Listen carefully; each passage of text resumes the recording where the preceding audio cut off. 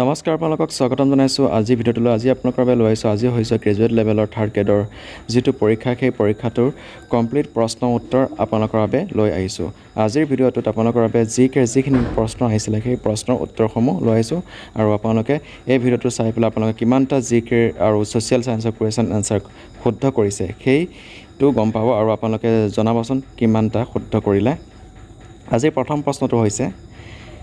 নিম্নলিখিত কোনটো স্থানত IPL মেচসমূহ অনুষ্ঠিত নহয় ইয়াৰ শুদ্ধটো হৈছে পাটনাত IPL মেচসমূহ অনুষ্ঠিত নহয় নেক্সট প্ৰশ্নটোলৈ আমি আগবাঢ়িছোঁ নেক্সট প্ৰশ্নটো হৈছে ইয়াত এটা ইংৰাজী প্ৰশ্ন আছে identify the correct definition of ভাৰ্বৰ কাৰেক্ট ডেফিনেশ্যন কি হ'ব এইটো একশ্যন ৱৰ্ডছ হয় নেক্সট প্ৰশ্নটো হৈছে নিম্নলিখিত কোনটো মহাভাৰতৰ এটা অংশ হৈছে গীতা মহাভাৰতৰ এটা অংশ গীতা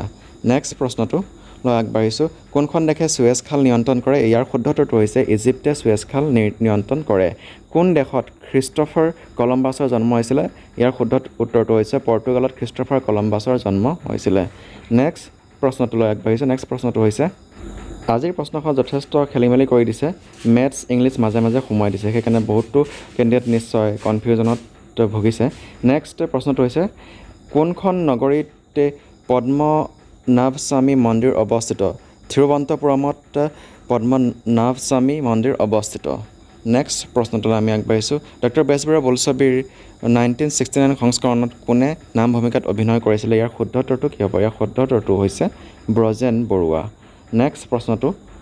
প্ৰশ্নটো লৈ আমি আগবাঢ়িছোঁ নেক্সট প্ৰশ্নটো হৈছে নিম্নলিখিত কোনটো আমেৰিকা যুক্তৰাষ্ট্ৰৰ এখন ৰাজ্য হাৱাই আমেৰিকা যুক্তৰাষ্ট্ৰৰ এখন ৰাজ্য তাৰপিছত নিম্নলিখিত কোনটো সংগীত উদ্যোগৰ এক আছুতীয়া বঁটা হৈছে গ্ৰেমি এৱাৰ্ডছ নিম্নলিখিত কোন দেশক ভূমধ্যসাগৰে স্পৰ্শ নকৰে স্পেইনক ভূমধ্যসাগৰে স্পৰ্শ নকৰে নেক্সট প্ৰশ্নটো নিম্নলিখিত কোনটো এক অসমীয়া উপন্যাস নহয় আদালেখা দস্তাবেজ অসমীয়া উপন্যাস নহয় বিশ্বকাপ ফুটবল খেলত ব্ৰাজিলে কিমানবাৰ জয়লাভ কৰিছিলে ইয়াৰ শুদ্ধটো হৈছে 5বাৰ জয়লাভ কৰিছিলে প্ৰাইড এণ্ড প্ৰিজুডিছখন কোনে লিখিছিলে জেন অষ্টিনে প্ৰাইড এণ্ড প্ৰিজুডিছখন লিখিছিল নেক্সট প্ৰশ্নটো নিম্নলিখিত কোনটো ভাৰতৰ পৰোক্ষ কৰৰ এক উদাহৰণ এইটো সামগ্ৰী আৰু সেৱা কৰ GST সামগ্ৰী আৰু সেৱা কৰ হৈছে কৰৰ এক পৰোক্ষ উদাহৰণ নেক্সট প্ৰশ্নটোলৈ আমি আগবাঢ়িছোঁ নেক্সট প্ৰশ্নটো হৈছে কোনবিধ খেলত মনালিছা বৰুৱা আৰু ত্ৰিদীপ দেউৰাই অসমক প্ৰতিনিধিত্ব কৰিছিলে এইটো হৈছে টেবুল টেনিছ খেলত মনালিছা বৰুৱা আৰু ত্ৰিদীপ দেউৰাই অসমক প্ৰতিনিধিত্ব কৰিছিলে নিম্নলিখিত কোনটো আনবোৰতকৈ পৃথক আয়ুৰ্বেদ আনবোৰতকৈ পৃথক নেক্সট নিম্নলিখিত কোনগৰাকীক 2024 বৰ্ষত জ্ঞানপীঠ বঁটা প্ৰদান কৰা হৈছে জ্ঞানপীঠ বঁটা কোনগৰাকীক প্ৰদান কৰা হৈছে গুলজাৰক নেক্সট প্ৰশ্নটোলৈ আমি আগবাঢ়িছোঁ কোনো বিধায়িনী সংস্থা অথবা আইনীভাৱে গঠিত আন কোনো ন্যায়াধিকৰণে কোনো ৰাজহুৱা বিষয়াৰ অসৎ আচৰণৰ বিৰুদ্ধে ব্যৱস্থা লোৱা ৰাজনৈতিক আৰু আইনী প্ৰক্ৰিয়াক বোলা হয় অভিযোগনামা বোলা হয় নিম্নলিখিত কোনটো অধাতৱ পদাৰ্থ নহয় বক্সাইট অধাতৱ পদাৰ্থ নহয় নেক্সট ভৱেন্দ্ৰনাথ শইকীয়াৰ উপন্যাস অন্তৰীপৰ কাহিনী আধাৰত কোনখন অসমীয়া বোলছবি নিৰ্মিত হৈছে এইটো হৈছে অগ্নিস্নান অসমীয়া বোলছবি নিৰ্মিত হৈছে লাডাখৰ চিয়েচান কোনটো এক উদাহৰণ হিমবাহৰ এক উদাহৰণ আমাৰ মুখত থকা লালতীয়ে নিম্নলিখিত কোনটো বিভংগনত সহায় কৰে শ্বেতসাৰ বিভংগনত সহায় কৰে লালতীয়ে নেক্সট শৰাইঘাটৰ যুদ্ধত পৰাজয় বৰণ কৰা মোগল সম্ৰাজ্য কোন ঔৰংজেব শৰাইঘাটৰ যুদ্ধত পৰাজয় বৰণ কৰা মোগল সম্ৰাজ্য অসমৰ জৈৱ শোধনাগাৰ প্ৰাইভেট লিমিটেডত ব্যৱহৃত প্ৰাথমিক কেঁচামাল হৈছে বাঁহ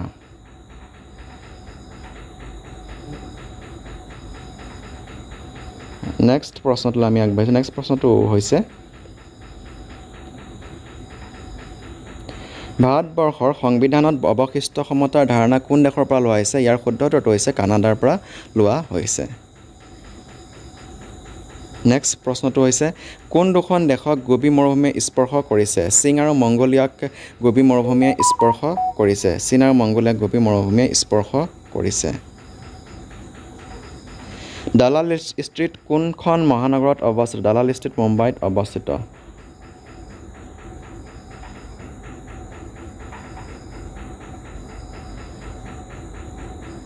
নিম্নলিখিত কোনটো হৈছে অসমৰ এক তাৰযুক্ত বাদ্য অসমৰ এক তাৰযুক্ত বাদ্য হৈছে টোকাৰী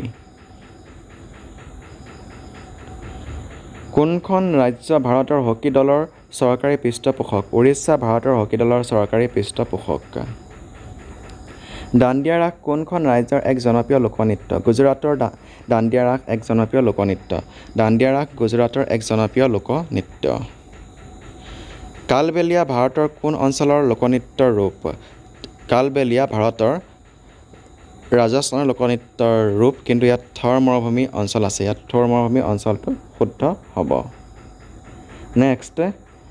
আন্দামান আৰু নিকোবৰ দ্বীপপুঞ্জৰ পৰা কোনখন দেশলৈ দূৰত্ব সৰ্বাধিক ইয়াৰ শুদ্ধ উত্তৰটো হৈছে ভিয়েটনাম নেক্সট প্ৰশ্নটো লৈ আগবাঢ়িছোঁ নেক্সট প্ৰশ্নটো হৈছে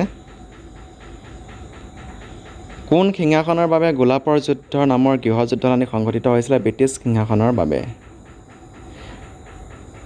জোঙাল বলহুৰ প্ৰতিমূৰ্তি কোন স্থানৰ সমীপত স্থাপন কৰা হৈছে ৰহাত স্থাপন কৰা হৈছে জোঙাল বলহুৰ প্ৰতিমূৰ্তি IPL 2023ৰ সময়ছোৱাত ৰাজস্থান ৰয়েলছৰ ঘৰুৱা খেলপথাৰ জয়পুৰৰ বাহিৰে আন কোনখন আছিল গুৱাহাটীত আছিলে ইয়াৰ শুদ্ধ উত্তৰটো হ'ব গুৱাহাটী নেক্সট বৰ্তমান ভাৰতবৰ্ষৰ কোন অঞ্চলত ৰজা ললিতাদিত্য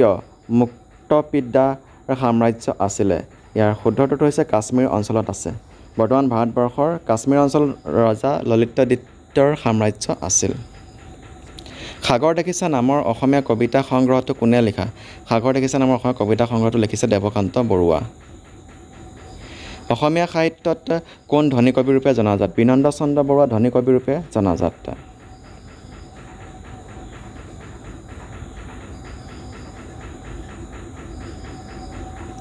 বৰ্তমান ভাৰতত কোনবিধ গণতন্ত্ৰ প্ৰচলিত বৰ্তমান ভাৰতত প্ৰতিনিধিত্বমূলক গণতন্ত্ৰ প্ৰচলিত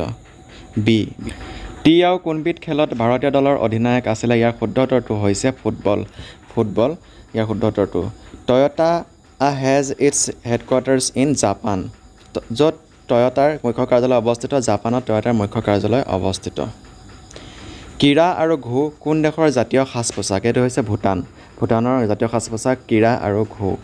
নেক্সট প্ৰশ্নটো হৈছে টাইকাণ্ডো নামৰ সমৰ কলাটোৰ উৎপত্তি কোন দেশত হৈছিলে কোৰিয়া টাইকাণ্ডো নামৰ সমৰ কলাটোৰ উৎপত্তি হৈছিলে কোৰিয়াত নেক্সট প্ৰশ্নটোলৈ আমি আগবাঢ়িছোঁ নেক্সট প্ৰশ্নটো হৈছে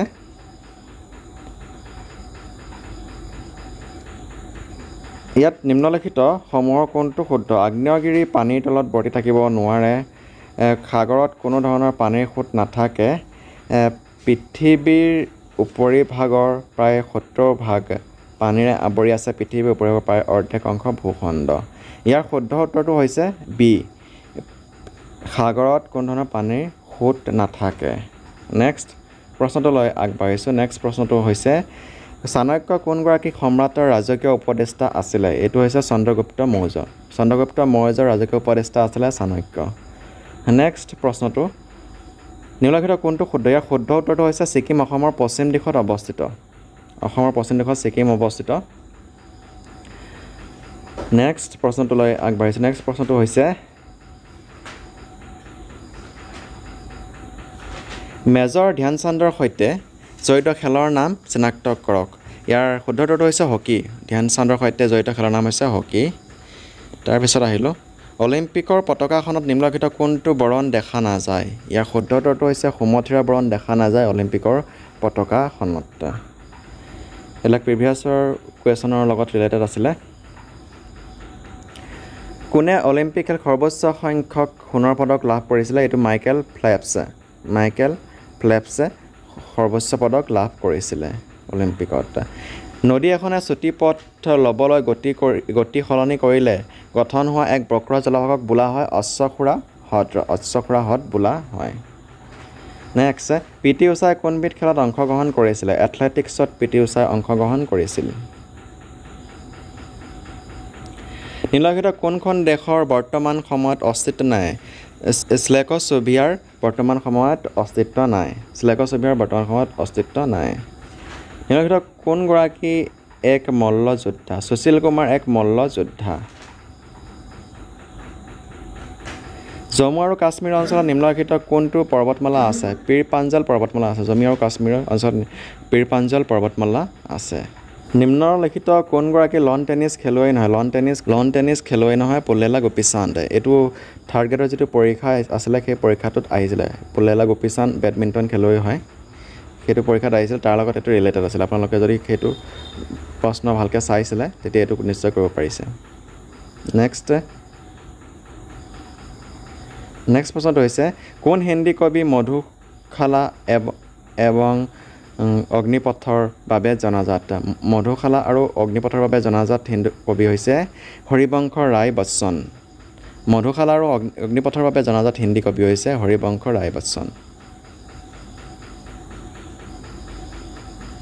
ডোৰেমন কি অথবা কোন ডোৰেমন এটা কাৰ্টুন চৰিত্ৰ এইটো একদম আনএক্সপেক্টেড আছিলে নেক্সট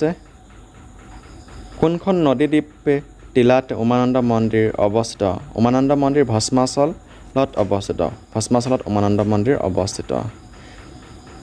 নিম্নলিখিত কোনটো হৈছে কাণত পিন্ধা এক অসমীয়া গহনা হৈছে থুৰীয়া 2024 বৰ্ষত কাক অসম বৈভৱ বঁটাৰে সন্মানিত কৰা হৈছিলে ইয়াৰ শুদ্ধটো হৈছে ৰঞ্জন গগৈ নিম্নলিখিত কোনগৰাকীয়ে জ্ঞানপীঠ বঁটা লাভ কৰা নাই হীৰেণ ভট্টাচাৰ্যই জ্ঞানপীঠ বঁটা লাভ কৰা নাই নিম্নলিখিত কোনগৰাকী পৰিব্ৰাজকে কামৰূপ ৰাজ্য ভ্ৰমণ কৰিছিলে হিউৱেন চাঙে কামৰূপ ৰাজ্য ভ্ৰমণ কৰিছিলে এইটো আমাৰ